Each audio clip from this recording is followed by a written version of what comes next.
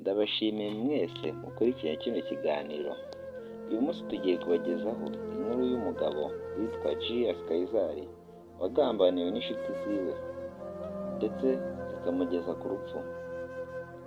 Ndabasaba kugira ngo mubanze mukore subscribe kugira ngo izindi nkuru tuzajya dushyiraho muzajye muzibona, ndetse ino nkuru muyisharinge ku nshuti zanyu kugira ngo nazo ziyibone zikuremo isomo.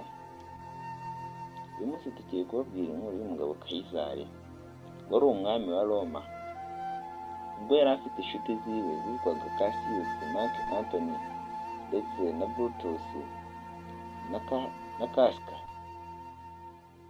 Zari inshuti ziwe cyane yizeraga cyane, ndetse akumva ari kumwe nazo afite ingufu, akumva ibintu byose yabigeraho ari kumwe nazo, ariko zaramugambaniye zirinda zimugeza ku rupfu. Ubwo Caesar yari avuye ku rugamba, avuye gutsinda abahungu ba Popi, Mark Antony inshuti yiwe yaramufashe itegura ikirori ndetse imwicaza ku ntebe y'ubwami, ndetse ipanga imikino igiye itandukanye muri sosiyete aho ngaho ibwami. Ariko ubwo bari guserebura, Cassius ntabwo yishimye kuko yaje kugira ishyari ry'uko Caesar agiye kubona imbaraga. Yagerageje gukora buri kimwe cyose kugira ngo akonveke cyangwa se yumvishe abandi bantu yuko Caesar agiye guhinduka umwami w'abami kugira ngo akazajya bakandamiza. Bagerageje no kumvisha Brutus wari inshuti yiwe cyane ya Caesar, ariko Brutus ntiyabyumvishe, ndetse baje kumwoherereza ibaruwa nijoro nyinshi cyane zigaragaza yuko ari abaturage ba Roma bari kubimusaba yuko bakica Caesar kuko ababangamiye, ndetse n'umugore wiwe Protie yagerageje kubimwumvisha Brutus aza kubyumva. Ariko Caesar yari yaburiwe n'umupfumu witwaga Sophister, amubwira ko agomba kwitonda ku gitekerezo afite cyo kuza gufata ikamba kuri Senete kiri mu kwa gatatu. Ariko Caesar yari umuntu wizera imbaraga ze cyane, ndetse akumva ashoboye, ndetse akumva yuko afite inshuti nyinshi ntacyapfa kumubaho. Ariko ibyo ngibyo ntiyabyitayeho. Uwo mupfumu rero yamuhaye agaciro amagambo yamubwiye, ndetse n'umugore wiwe Caruponia yaje kurota inzozi Caesar asize amaraso, abibwiye umugabo wiwe ntiyabyumva, ndetse yaje gutuma Caesar apfa bitewe n'uko atumvaga ibyo bintu byose bamubwiraga.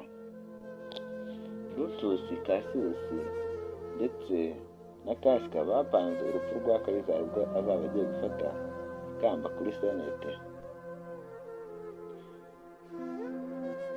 Umugabo bitaga Aristomedius yazaniye Caesar ibaruwa y'imipango yose bafite ba Brutus ndetse na ba Cassius y'uko agomba gupfa.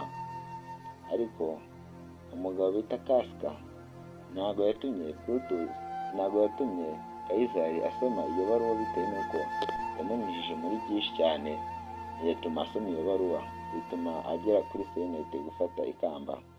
Bageze kuri Senete gufata ikamba, umugore witwa Metros yamupfukamye imbere amusaba yuko yagarura umuvandimwe we wari waraciye muri Roma.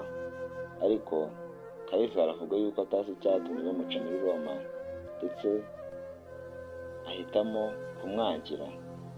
Za nshuti ziwe Cassius, Brutus ndetse na Casca bahise bamupfukama imbere, bamusaba yuko yababarira uwo muvandimwe w'uwo mugore akaba yamugarura muri Roma bitewe n'uko yabaye umwami.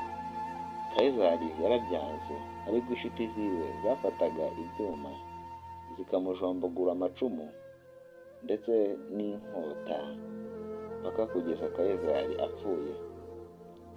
Caesar mbere yo gupfa yabonye Brutus nawe ari mu bantu bamwe kumujombagura amacumu, aravuga ati Brutus nawe. Nuko Caesar yahise ko atanga ingoma. Nyuma yaho Brutus na Cassius nibo baje gufata ijambo, ndetse baba bayoboye Roma, ubwo bari bagiye gushyingura Kayizari, Mark Antony yari inshuti we cyane ndetse yari yababaye cyane yumvishe ukuntu Kayizari bamwishe, akabibonera n'amaso yiwe, Kayizari akarinda apfa. Ntago Brutus yemeye yuko Mark Antony avuga ku kiriyo, ndetse na Cassius ntabwo babyemeye, nibo bavuze ndetse basobanura ngo impamvu ngo bishe ngo Kayizari. Impamvu basobanuye ngo bamwishe ngo wari umunyembaraga ufite ngo imipango mibi cyane bashaka kuzakorera abaturage ba Roma. Nibyo byinshi basobanuye bari gusobanurira abaturage kugira ngo bataza gutera akaruru.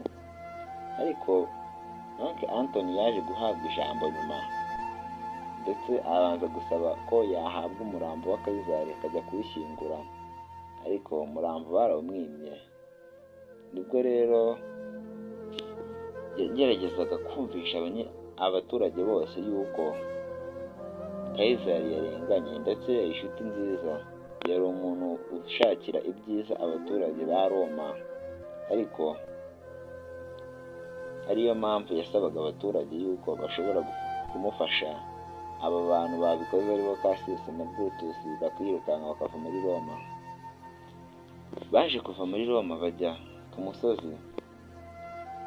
musozi, aribwo bapangaga urugamba rwo kuba bazarwana na Brutus ndetse n'umuyanga general cyangwa se umujenerali wari uri aho ngaho ibwami. Kayizari yari yarodobose cyangwa se amurera, aribwo yitwaga Octavius. Yaraje ndetse afatanya na Mark Antony bategura urugamba rwo kujya gutera Cassius na Brutus. Nuko ariko ku rugamba Brutus nawe ntabwo yasinziraga, ndetse na Cassius, ndetse baje kugira kutumvikana, aribwo Brutus yaje gutera Cassius amutera icyuma mu nda bitewe n'uko hari inshuti yiwe yari yamaze gutanga yafunzwe, ariko ntiyapfuye. Baje no kongera kwiyunga bategura urugamba. Ubwo bari bageze mu rugamba nibwo bararwana ingabo za Cassius na Brutus zigenda zishira gahoro gahoro. Mark Antony na Octavius bagenda basatira. Ubwo Brutus yamaraga kubona yuko ingabo ziwe zimaze gushira, nibwo yahise ko yariyahuye kugira ngo apfe nk'umunyacyubahiro. Nyuma yaho Cassius amaze kubona Brutus yamaze gupfa, nawe yasabye ingabo ziwe yuko zamwica, ariko ingabo ziramwangira. Nuko ingabo imwe nibwo yahise yemera yuko iri buze kumufasha, ariko ari buze kwijomba icyuma. Ingabo yafashe icyuma Cassius akinjizamo, nuko Cassius yapfuye. Urugamba rwaje kurangira gutyo. Mark Antony na Octavius bagaruka muri Roma baserebura intsinzi, aribwo bahise bahinduka n'abayobozi ba Roma. Ndabashimiye mwese mwabashije gukurikira inkuru, kuko iyi nkuru irigisha cyane. Ndagusabye ngo ukore subscribe ndetse ukore share ku nshuti zawe, ndetse ube wabasha no kumvikanisha iyi nkuru ku bantu muziranye.